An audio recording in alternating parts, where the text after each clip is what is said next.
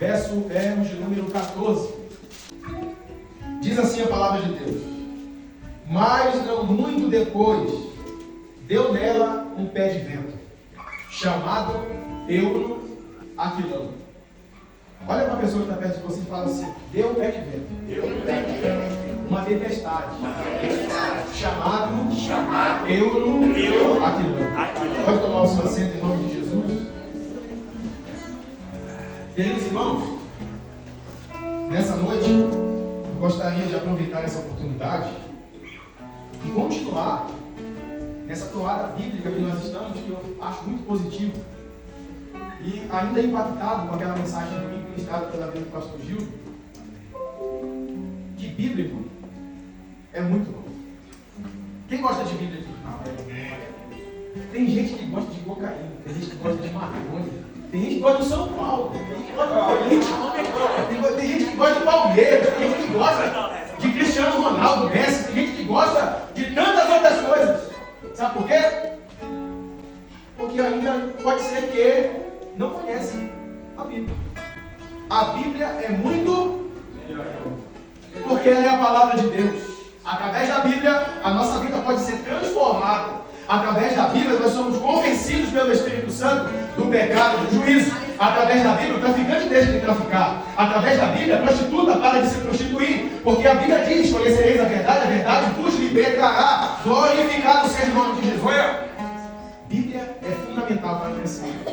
Bíblia é fundamental para o crescimento saudável da sua vida, da sua família e da igreja. Irmãos, eu tenho que falar isso. Eu sou pentecostal. Só que eu separo o pentecostal do fogo de algo e o pentecostal do fogo do altar do Espírito Santo de Deus. Qual que é a diferença? O fogo de algo, você já colocou fogo em algo? Vai fazer um churrasco, joga com algo no carvão, você risca aí, é aquele fogo gostoso, só que dá 10 segundos, acaba. Agora tem aquele fogo que vem do azeite, irmão. Você joga óleo ali no carvão ali e taca fogo para você ver se apaga. Assim é o fogo, é o avivamento que advém da palavra de Deus. O fogo não acaba por qualquer motivo, o fogo continua aceso, ardendo, queimando. Aqui não tem fogo de algo, aqui tem fogo da unção do Espírito Santo de Deus. E pregação, queridos, é leitura, explicação e aplicação. Vamos repetir todo mundo? A pregação é leitura, explicação e a aplicação. E olha só o texto que nós estamos diante, Atos 27, 14. Eu vou pedir a sua gentileza, me deixa a sua Bíblia aberta no livro de Atos, desde o capítulo 21. Porque para nós entendermos essa mensagem aqui, nós vamos ter que passear pela Bíblia, com muita paciência, do capítulo 21 até culminar no capítulo 27 que nós lemos aqui. E você vai ficar maravilhado, sabe por quê? Porque ao final dessa mensagem, Deus tem um recado para te dar e você vai sair daqui fortalecido pela palavra do Senhor. A Bíblia vai dizer, queridos, agora de forma expositiva, que Paulo, ele termina a sua terceira viagem missionária. Paulo faz 3 viagens missionárias. E no final da sua terceira viagem missionária, ele está retornando para Jerusalém. E aí, conforme ele vai descendo para a cidade de Jerusalém, o Espírito Santo já dizia para ele o que estava esperando por ele, que eram cadeias e tribulações. Só que Paulo, na chamada dele, no capítulo 9, verso de número 16, Paulo, a Bíblia vai mostrar que Ananias questiona Deus: mas eu vou lá orar por esse homem que havia ficado cego no caminho de Damasco? O Ananias fala: Senhor, eu vou lá orar por esse homem perseguidor, matador, prende as pessoas, os crentes. Jesus fala assim para Ananias: vai, porque ele é para mim um vaso escolhido. Verso 15. O 16 diz assim: e eu hei de mostrar para ele o que é sofrer por causa do meu nome. A sentença de Paulo já está ali. E agora Paulo, quando ele está voltando da sua terceira viagem missionária, com uma das igrejas, ele chega em Jerusalém, o profeta Ágabo pega o cinto de Paulo, se amarra e diz assim: isso vai acontecer com o dono desse cinto se ele for para Jerusalém. E a Bíblia vai mostrar, queridos, acompanha no versículo 21, no capítulo 21 de Atos dos Apóstolos, o versículo é o de número 4. A Bíblia vai dizer que chegando os discípulos, ficamos ali 7 dias, e eles pelo Espírito diziam a Paulo que não subisse para Jerusalém. Porque os discípulos, pelo Espírito Santo, já sabiam o que estava esperando por Paulo lá na cidade. E Paulo diz assim: vocês querem devolver o meu espírito de descer para Jerusalém, mas eu vou para cumprir o meu chamado. Porque o cristão, pastor Décio, não está preocupado só em tapinha nas costas. Tem muita gente hoje que vive o evangelho light, que quer aplauso, quer sorriso, quer tapinha nas costas, mas o evangelho que Paulo foi chamado para servir era de cadeias, era de prisões, e o próprio Jesus disse, no verso 16 do capítulo 9, eu hei de mostrar para ele que é sofrer por causa do meu. Pergunta para a pessoa que está perto de você: você está preparado? Ou você quer só confete? Só aplauso? Só oportunidade? Paulo chega em Jerusalém e ele vai logo para a casa de Tiago, capítulo 21 ainda, observe o verso 18. E no dia seguinte Paulo entrou conosco em casa de Tiago, e todos os anciãos foram lá ver. Tiago aqui não é o apóstolo Tiago, porque ele já tinha sido morto. Aqui é o irmão de Jesus, o filho de Maria, irmão de sangue de Jesus. Quando ele chega na casa de Tiago, Tiago dá um conselho para ele, o versículo 21. O conselho de Tiago vai dizer: olha, Paulo, nessas 3 viagens que você está fazendo, o povo está dizendo aí que você é contra a lei de Moisés, contra a circuncisão, contra tudo o que foi ensinado. Eu tenho um conselho para te dar. Aqui tem 4 varões que estão com um voto. O voto provavelmente era de nazireado, porque eles não cortavam o cabelo e não bebiam nada da fruta da uva. Tiago dá uma ideia. Sábado termina o voto deles. Eles vão se apresentar no templo, eles vão cortar o cabelo e vão se consagrar a Deus. Por que você não vai junto e faz isso? E aí todos verão que você não é contra a lei nem contra Moisés, e a ira do povo vai se aplacar. Paulo falou: fechou, top, combinado, vamos lá. Paulo vai nesse sábado. E aí, quando ele chega lá no templo, versículo 27, a Bíblia vai dizer que alguns judeus estão descendo da região da Ásia Menor. Eles chegam na cidade de Jerusalém, encontram Paulo no templo, junto com esses homens que estavam fazendo voto. E quando eles observam Paulo no templo, eles começam a fazer uma arruaça, dizendo: acudir, porque esse homem que tem pervertido a lei de Moisés, que tem pregado contra o judaísmo, está no templo e introduziu um gentio dentro da igreja. Porque no templo, querido, judeu não pode entrar quem não é judeu. É crime. E eles acreditavam, a Bíblia vai dizer na narração de Atos 21, que um homem chamado Trófimo, da cidade de Éfeso, da região da Ásia Menor, estava com Paulo alguns dias antes, e eles acharam que Paulo tinha introduzido Trófimo dentro do templo. Irmão, começou uma confusão, começou uma bagunça, começou uma gritaria, começou um pega para capar, até o ponto de pegarem Paulo e levarem ele preso, porque estavam espancando Paulo, querendo matar ele. Aí a guarda romana chega e leva ele para dentro da fortaleza Antônio. Agora nós já estamos no capítulo 22, observe na sua Bíblia, acompanhe por gentileza. No capítulo 22, quando Paulo está dentro da fortaleza, agora guardado pela guarda romana, Paulo diz assim: eu posso falar ao povo? E a Bíblia diz que ele fala em hebraico. O hebraico só era falado pela elite de Israel. A linguagem comum entre o povo naquela época era o aramaico e o grego koiné. Paulo, como era erudito, discípulo de Gamaliel, neto do grande rabino Hilel, Paulo tinha toda essa cultura. Ele falava tanto hebraico como aramaico como grego. Quando ele começa a falar em hebraico, o povo se silencia. E ele começa o seu discurso falando da sua conversão, de como ele perseguia a igreja, de como ele estava diante dos fariseus, como ele apoiou a morte de Estevão, que jogaram suas vestes sobre o seu pé. Paulo vai contar que no caminho de Damasco, no capítulo 9 de Atos, como ele teve a visão do Senhor, como ele ficou cego, como ele foi para a rua direita na casa de Judas, como Ananias foi lá e orou com ele e curou ele, e ele vai contar toda a sua história. Sabe o que acontece? O tribuno manda amarrar Paulo e bater nele. Aí Paulo diz assim: é isso para você? Amarrar e bater num cidadão romano sem ele ser acusado e condenado? O tribuno fica com medo para acontecer. E manda prender Paulo e deixar ele guardado em segurança, porque os judeus da cidade queriam matar Paulo a qualquer custo. E aí, irmãos, nós já vamos para agora no versículo, capítulo 23, observe. Durante a noite, versículo 11 do capítulo 23, Paulo está preso, guardado, dentro da fortaleza Antônio. Paulo está ali amarrado, mas agora de forma branda. O anjo do Senhor aparece para ele e diz assim: Paulo, tem bom ânimo. Como de mim testificasse em Jerusalém, assim importa que testifiques também na cidade de Roma. Paulo estava preso, ele nunca tinha ido para Roma. E o anjo aparece para ele de noite e fala: olha, pode ficar tranquilo, porque assim como você teve coragem de vir para Jerusalém e enfrentar tudo isso, assim é necessário que você vá se apresentar em Roma e falar do meu nome também. Essa é a mensagem do anjo. Quando chega no versículo 16 do capítulo 23, acompanha na sua Bíblia, o sobrinho de Paulo vai visitar ele. Quando o sobrinho de Paulo chega para visitar, Paulo diz assim: olha, tio, tem alguns homens, cerca de 40 homens, lá na cidade, e eles fizeram um voto de não comer pão, nem beber água, enquanto não te matar. Paulo fala assim: olha, pega essas palavras que você está me falando e vai falar para o tribuno essa história. O menino vai para o tribuno, o sobrinho de Paulo, e conta essa história. O tribuno fala assim: olha, fica quieto, não fala nada para ninguém, porque eu vou agir de alguma forma. A Bíblia vai dizer, queridos, que o tribuno ele contrata 200 lanceiros e 70 cavaleiros, e durante a madrugada transporta Paulo da cidade de Jerusalém para a cidade de Cesareia Marítima, onde tinha uma fortaleza, para ninguém matar Paulo. Aqui nós estamos falando do ano 58 da era cristã. O governo dessa época era de Félix. Agora, no capítulo 24, abra sua Bíblia por gentileza, no capítulo 24, Paulo chega na fortaleza, na cidade de Cesareia Marítima, ou Cesareia de Filipe, e Félix quer ouvir Paulo. Paulo se apresenta diante de Félix durante 2 anos, pastor Décio. O ano 58, o ano 59, Paulo vem diante de Félix e conta toda aquela história que ele contou para os judeus. Como ele teve na morte de Estevão, como ele perseguia, matava, assolava a igreja de Deus chamada de Caminho, e como ele estava ali por questões religiosas. E a Bíblia vai dizer no versículo 26 do capítulo 24, que o Félix mantinha Paulo preso, porque esperava que Paulo e algum familiar dele desse dinheiro para o Félix poder soltá-lo.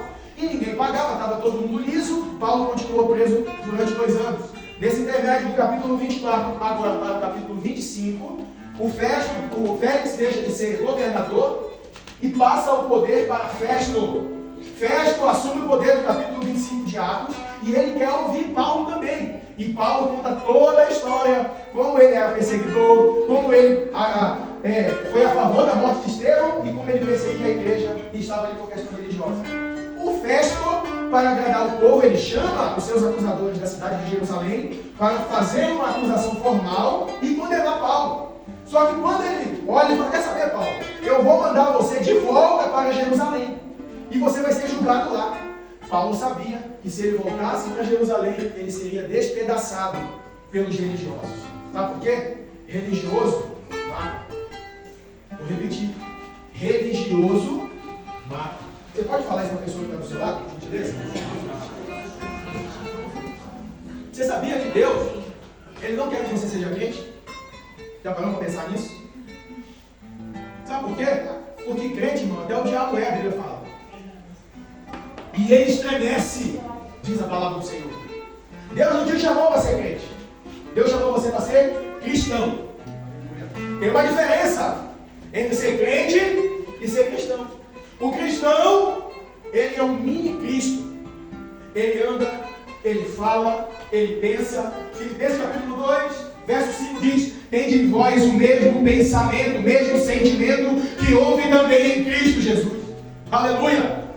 E aí, quando ele fala: vou te mandar para Jerusalém, Paulo, como era cidadão romano, ele diz assim: apelo para César. Ele tinha direito.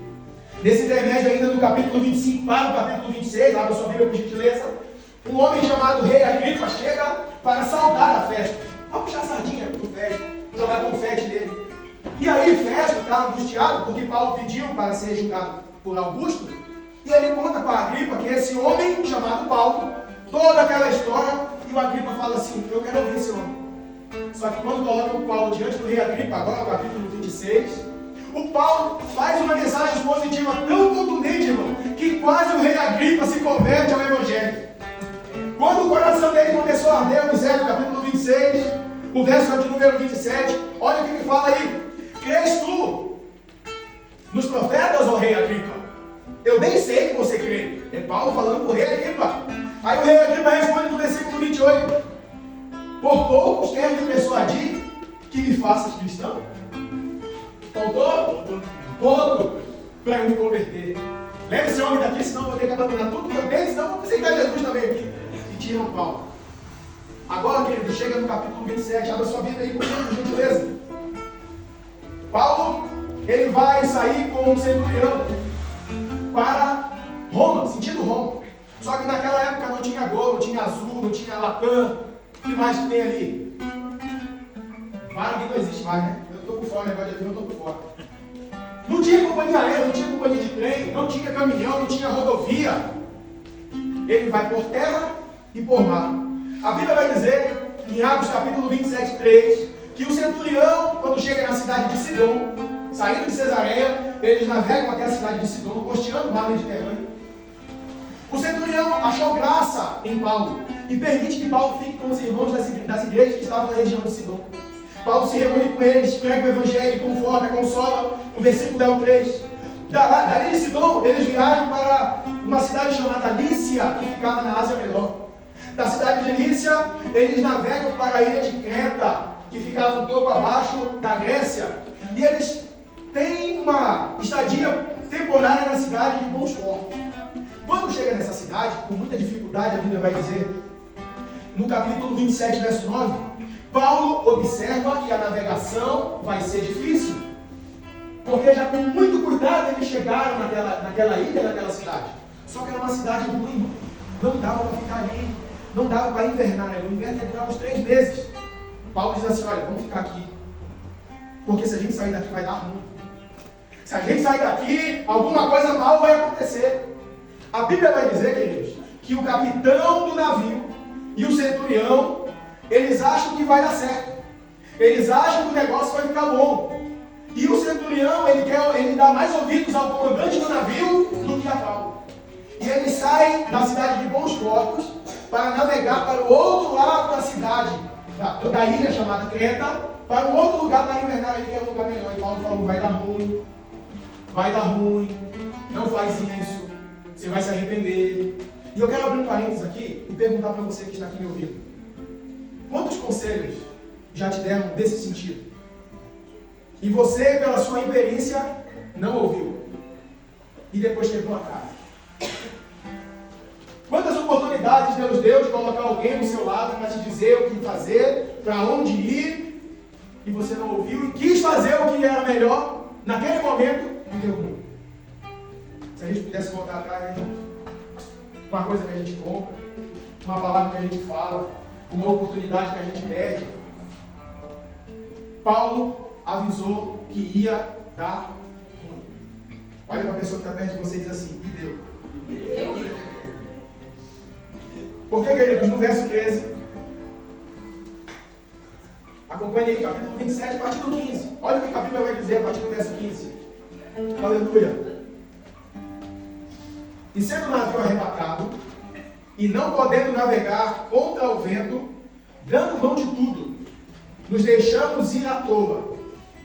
E correndo abaixo de uma pequena ilha chamada Cauda, apenas pudemos ganhar um batel. E levando este para cima, usaram de todos os meios, cingindo o navio, e tendo darem a costa, a Sirte, animadas as velas, assim foram à toa. E andando mais agitados por uma veemente tempestade, no dia seguinte, aliviaram o navio, ou seja, jogaram toda a carga do navio fora.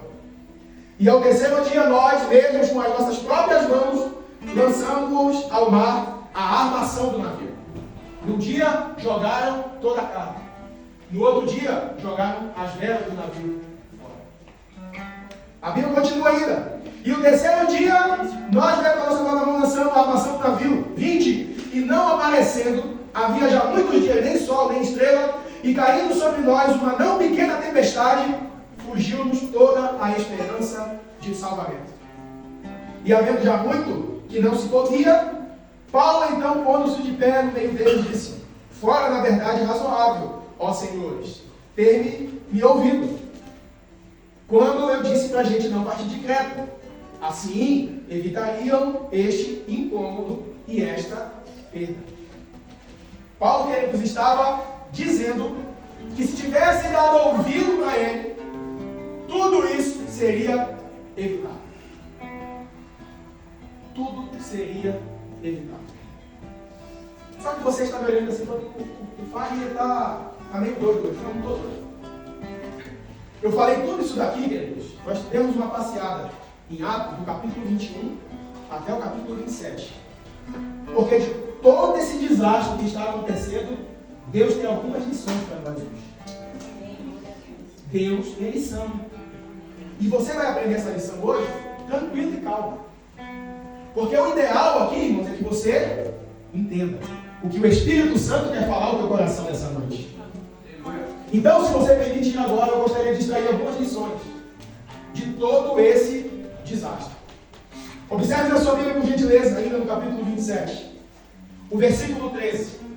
A primeira lição que eu quero extrair e ministrar sobre a tua vida nessa noite está no versículo 13, que a Bíblia diz, verso 13: e soprando o sul brandamente, lhes pareceu terem já o que desejavam, e fazendo-se de vela, foram muito perto, costeando terra. A primeira lição que eu quero extrair aqui, eu quero que você entenda isso, é que ventos favoráveis vão soprar. Só que a lição é que você deve tomar cuidado com os ventos brancos. Porque Paulo já havia falado que ia dar ruim. Paulo já havia orientado, Paulo era homem de Deus, e falou, não vai. Mas aí, irmão, bate um vento suave. Fala para a pessoa que está perto de você. Bate um vento suave, tranquilo. E o versículo 13 vai dizer, e eles achando que era o que eles teriam, eles partiram. Às vezes na nossa vida, irmão, acontece isso. Bate um vento favorável e você fica todo empolgado e toma decisões que não era para tomar naquela hora. Eu sinto a presença do Espírito Santo de Deus. Eu me lembro que no ano de 2021 eu estava trabalhando em uma ferrovia, passando dificuldade, ganhando R$1.400 de salário. 3 filhos, não tinha Israel ainda. E eu me lembro, diante de toda a dificuldade, eu me formei, terminei a minha faculdade. Chega um e-mail para mim de uma oportunidade para ganhar R$2.700 numa empresa de segurança. O vento fez assim, ó. Aquilo encheu meu coração. Falei, ó, eu trabalhei de terno e gravata, né? Inspetor de segurança. Fui na entrevista. Só que quando eu cheguei na entrevista, bateu um vento mais suave ainda. Porque era para eu ganhar R$2.700 na carteira. E quando a moça pegou meu currículo, falou, não, esse currículo aqui é para você ter um carro melhor. A gerente da qualidade, que era a minha formação, está lá em cima, vou chamar ela. A mulher desceu, uma cara de anjo, uma bênção. Falou assim, eu estou com uma vaga para analista de qualidade, mas eu não posso pagar muito. Eu falei, não, fala comigo quanto você pode pagar. R$3.100 é o que eu posso dar. Eu falei, bom, eu estava de 1.400 para 2.700, já estava garantido, agora R$3.100, o vento fez assim na minha orelha. Fui lá, com a unção do papagaio na antiga ferrovia. Sabe qual é a unção do papagaio? O papagaio só solta esse galho aqui quando ele segura no outro. Quando ele fica aqui, naquele mesmo dia eu pedi as contas na ferrovia, larguei todos os meus direitos e comecei a trabalhar numa empresa. Quando eu comecei a trabalhar, eu descobri que eu não tinha convênio. Lá eu tinha remédio para todo mundo. Aqui eu só tinha para mim. E se eu quisesse colocar, a minha família tinha que pagar R$300 por pessoa, que daria, só daria os R$1.400 que eu estava. Só que eu já tinha pedido as coisas. E aí quando eu começo a trabalhar, eu descubro que aquele anjo, na verdade, era um demônio. Assédio moral, pressão psicológica. Quando chegava, eu trabalhava de 5 a 6, quando eu queria, só que quando chegava no domingo à noite, meu coração se desceu, eu falava para aquela, eu tenho que trabalhar. De tamanha pressão! Sabe por quê? Eu tomei decisão, baseado em ventos suaves. Nesse período meu pai falece, meu primo toma 5 tiros, fica tetraplégico. O meu filho Rael, que agora já era 4 meses, né? 6 meses, pega Covid 2 vezes em uma semana. Fica internado, agora sem como veio o médico, a minha esposa lá no hospital, sem tomar banho 2 dias. E eu tinha uma agenda para pregar numa festa da igreja, e geralmente a Raquel fala, não vai, que agora é nós aqui. Nesse dia ela falou, vai, fala de Jesus, vai lá. Eu fui, eu peguei, a igreja recebeu, e quando acabou aquilo ali, eu estou saindo da igreja, uma irmã me pega pela mão e diz assim, eu tenho cuidado dos teus, eu te digo mais, eu já te decepcionei alguma vez. E naquele dia a Raquel tinha mandado uma mensagem para mim lá no hospital, acabou o mês do Rael, eu abri minha carteira, tinha pedido as contas do serviço, tinha saído sem nada e tinha R$10. Na farmácia do valor do extra é R$9,90. Eu falei, vou comprar, a gasolina dá para chegar lá e deixa o carro lá pro alto de ônibus. E aquela irmã disse assim: quando tudo isso passar, eu vou te levar para um degrau ainda maior. Integridade dos filhos. Quando ela falou isso, o marido veio e me deu um envelopinho, porque eu tinha pregado, pastor, eu estou te ajudando a gasolina. Eu não cobro, mas ela deu, eu recebi de bom grado. Eu pensei, vou pegar esses R$50, vou comprar lenço, vou comprar um pouco de combustível, mas o carro não fica lá. E tinha quebrado o carregador da Raquel, que não estava conseguindo carregar o celular. Quando eu entrei no carro, eu liguei o carro, o Espírito Santo falou no meu coração: olha o envelope. Olha o envelope! Quando ele falou a terceira vez, eu peguei o envelope, eu abri, tinha R$500 dentro daquele envelope. Eu comecei a chorar, liguei para a Raquel, eu fui na farmácia, eu comprei carregador, eu comprei lenço, eu comprei pomada, eu comprei fralda, eu abasteci o carro, e Deus mostrou para mim que Ele cuida da gente. Mesmo a gente tomando decisão em vento favorável, Deus não perde o controle da situação. Você sabe o que aconteceu? Meses depois, Deus me trouxe aqui nesta igreja. E aqui eu fui recebido por vocês com tanto amor, com tanto carinho. E eu tenho sido abençoado de estar aqui. E hoje eu entendo que o Espírito de Deus me colocou nesse degrau maior que Ele falou que me colocaria. Abre parênteses. Mesmo você tomando decisões erradas em ventos favoráveis, mesmo as coisas ficando difíceis, a mão do Senhor continua estendida sobre a tua vida, cuidando, controlando.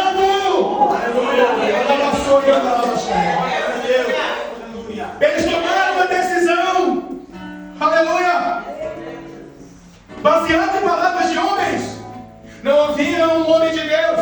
A Bíblia diz no Salmo 118:8: maldito o homem que confia no homem. Você prefere confiar em homens ou você prefere confiar no Senhor teu Deus?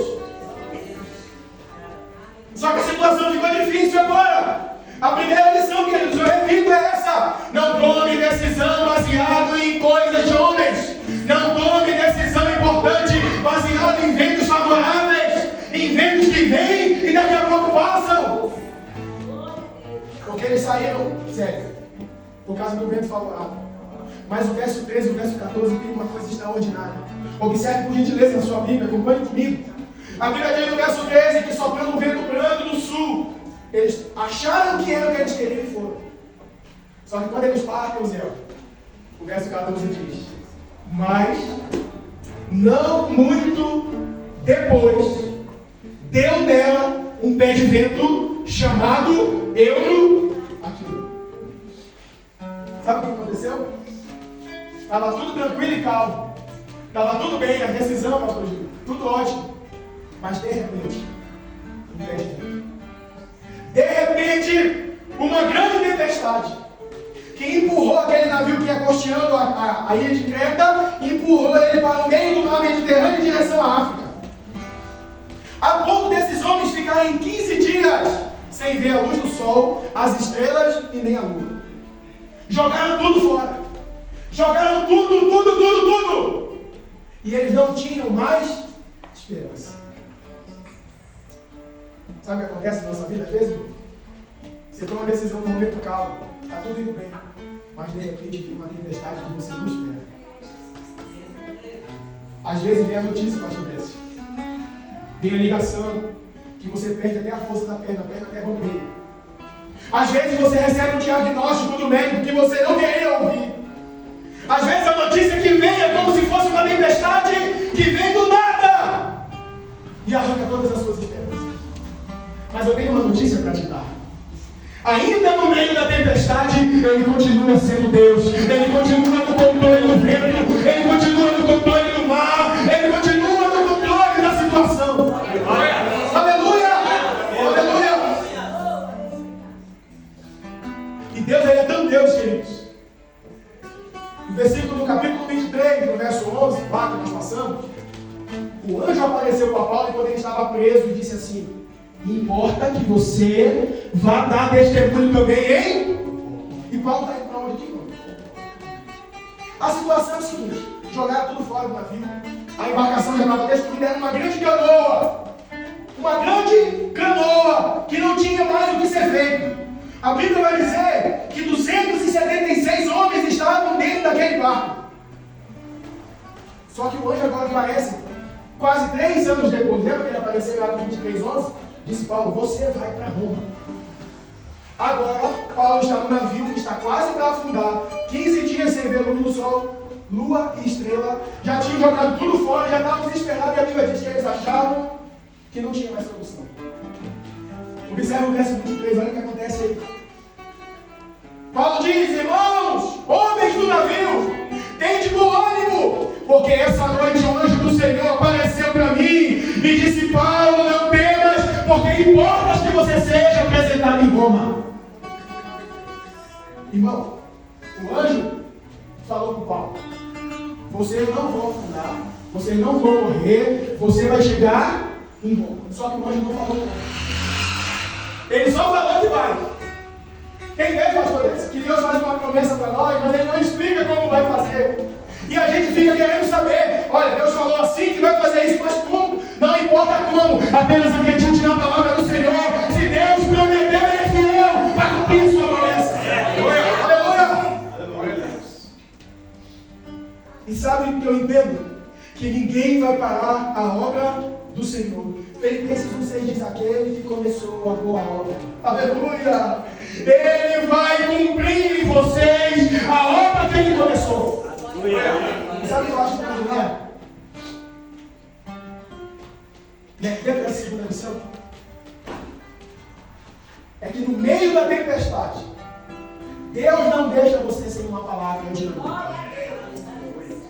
Essa é a segunda lição. Levantou a tempestade, não foi? O vento contrário veio, não veio? Você perdeu suas forças, não perdeu? Você olha para Deus e fala, Senhor, como que eu vou conseguir? De que forma que eu vou chegar? Como que vai acontecer? Quando você já está quase para desistir, Ele manda a palavra para você, assim como Ele está dizendo agora. Continua tendo ânimo, porque a minha palavra ainda está de pé, nada se perderá. Aleluia. Você caiu no meio da tempestade por causa de escolha, não foi?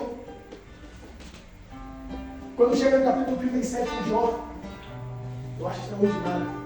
Porque o Jó já está todo arrebentado, se coçando com o carro, já perdeu 10 filhos, perdeu tudo. Quando o Jó levanta a cabeça, no capítulo 37 está vindo um furacão. Sabe o que Jó fala? Era só que me faltava, já estou ruim, vai ficar pior. Só que a Bíblia diz assim, que do meio do furacão, o Senhor falou com o Jó. Aleluia! Vou abrir um parênteses aqui. Tem gente que tem a vida tão corrida.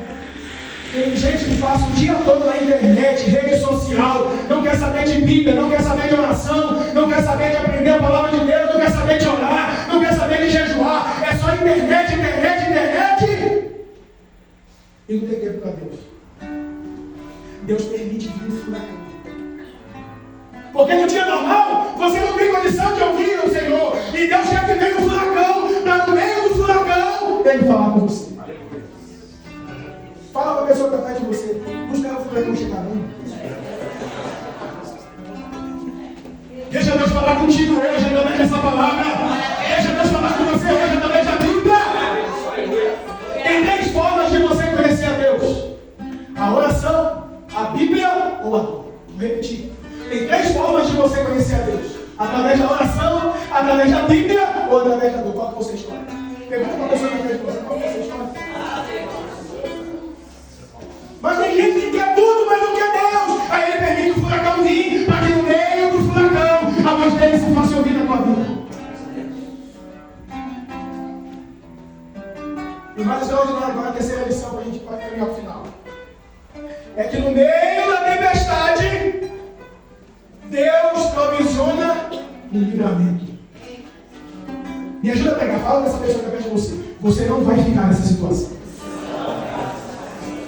Esse não vai ser teu fim. Fala para ele, em nome de Jesus. Você não vai morrer afogado. Sabe por quê? Porque Deus tinha marcado uma agenda para Paulo em Roma.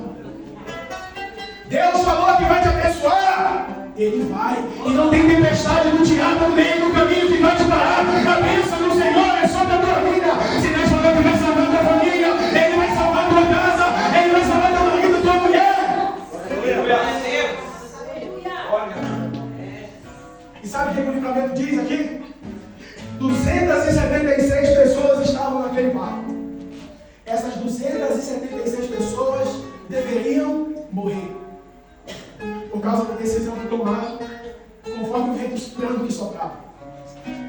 por que elas não morreram? Pergunta para mim, por que, pastor? Porque naquele navio tinha uma pessoa que tinha uma agenda marcada por Deus. Dentro daquele barco tinha um homem que tinha uma promessa de Deus na vida. Dentro daquele navio tinha um homem chamado Paulo, outrora conhecido como Saulo, da cidade de Tarso, da Cilícia. Esse homem, Deus falou, eu vou te levar a Roma para falar do meu nome. E sabe o que aconteceu? 276 pessoas não morreram. Sabe por quê? Porque eles tinham do lado um homem de Deus. Levanta sua mão que eu vou profetizar. Aleluia. Aleluia. Por sua causa,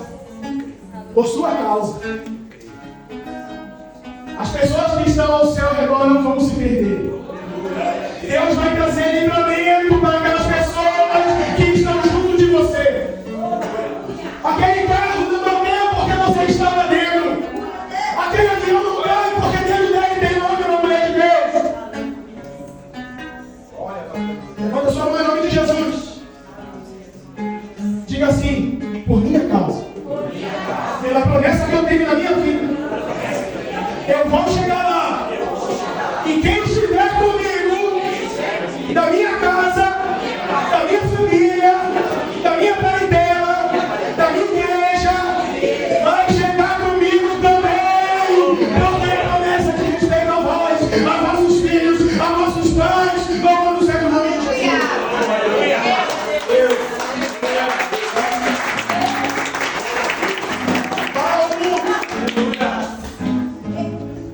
Estava no lugar certo, na hora certa, mesmo que em meio à tempestade, Deus deu o livramento para Paulo. E por causa de Paulo, o livramento se estende para 276 pessoas. E para fechar, a quarta lição, que eu entendo desse capítulo, eu queria ter muito mais tempo, irmão, para a gente aprofundar mais nisso e chegar até Roma. Mas nós vamos parar aqui na ilha de Malta. Porque o furacão não vai parar você. Eu concluo isso dizendo, em Mateus 8:24 e em Marcos 4:37, a Bíblia diz que levantou-se grande tempestade. Os dois textos. Só que Deus não perde. Fala para a pessoa, Deus não perde. Nunca perde. Porque o texto sagrado vai dizer que se levantou grande tempestade, mas lá no final diz assim, que também se levantou grande bonança, louvado seja o nome de Jesus.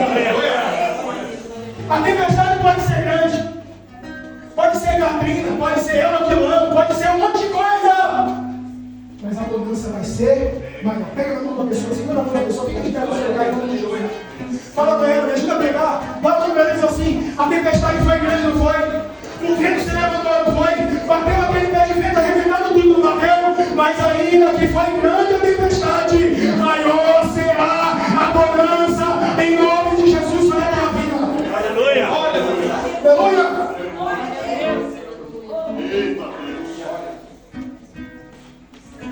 No final da tempestade, Deus providenciou uma ilha chamada Malta para receber aquele homem. Não se perdeu ninguém, não morreu ninguém. Eu quero profetizar sobre a tua vida. Não vai se perder ninguém. Deus está preparando uma ilha de Malta para você ficar seguro nela. Deus está preparando uma ilha de Malta para receber você e as pessoas que com você estão. E quando você firmar os seus pés, você vai dizer, grande é o Senhor, que livra do mal, que livra, que preserva, que dá livramento para as nossas vidas. Aleluia. Você consegue olhar no olho da pessoa que está do seu lado de mão dada ainda e dizer, ninguém vai se perder. Pode ser que essa pessoa que está segurando a sua mão, ela entrou aqui dentro dessa noite achando que tudo está perdido. Pode ser que essa pessoa que entrou aqui dentro dessa noite, até algumas semanas atrás ou meses atrás, dizia, eu não vou mais. Eu não quero mais. Tudo se perdeu, já jogou o reino, já jogou a casa, já jogou. O que me resta agora é afundar. Mas a palavra do Senhor, querido, de forma tão clara e objetiva para você é essa. Mesmo em meio à tempestade, ninguém vai se perder. Porque latidos de sol virá uma ilha forte e poderosa para você estar. E a mão do Senhor estará sobre a tua vida. E o nome dele será glorificado. Você compreende isso? Essa história não está na Bíblia à toa. E eu sou meio doido, essa semana eu estou mergulhando na carta de Atos, no livro de Atos dos Apóstolos. Cada coisa maravilhosa, pastor. Hoje você vai sair daqui convicto. Convicto. Que aquele parente seu que você fala, as drogas já acabou com ele. A bebida já acabou com ele. A macumba já acabou com ele. A palavra de Deus para você hoje, baseado no texto sagrado. Eu não estou falando de mim. Eu estou dizendo que a Bíblia diz. Não vai se perder ninguém.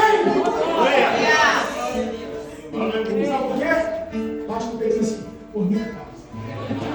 Eu tenho a marca da promessa.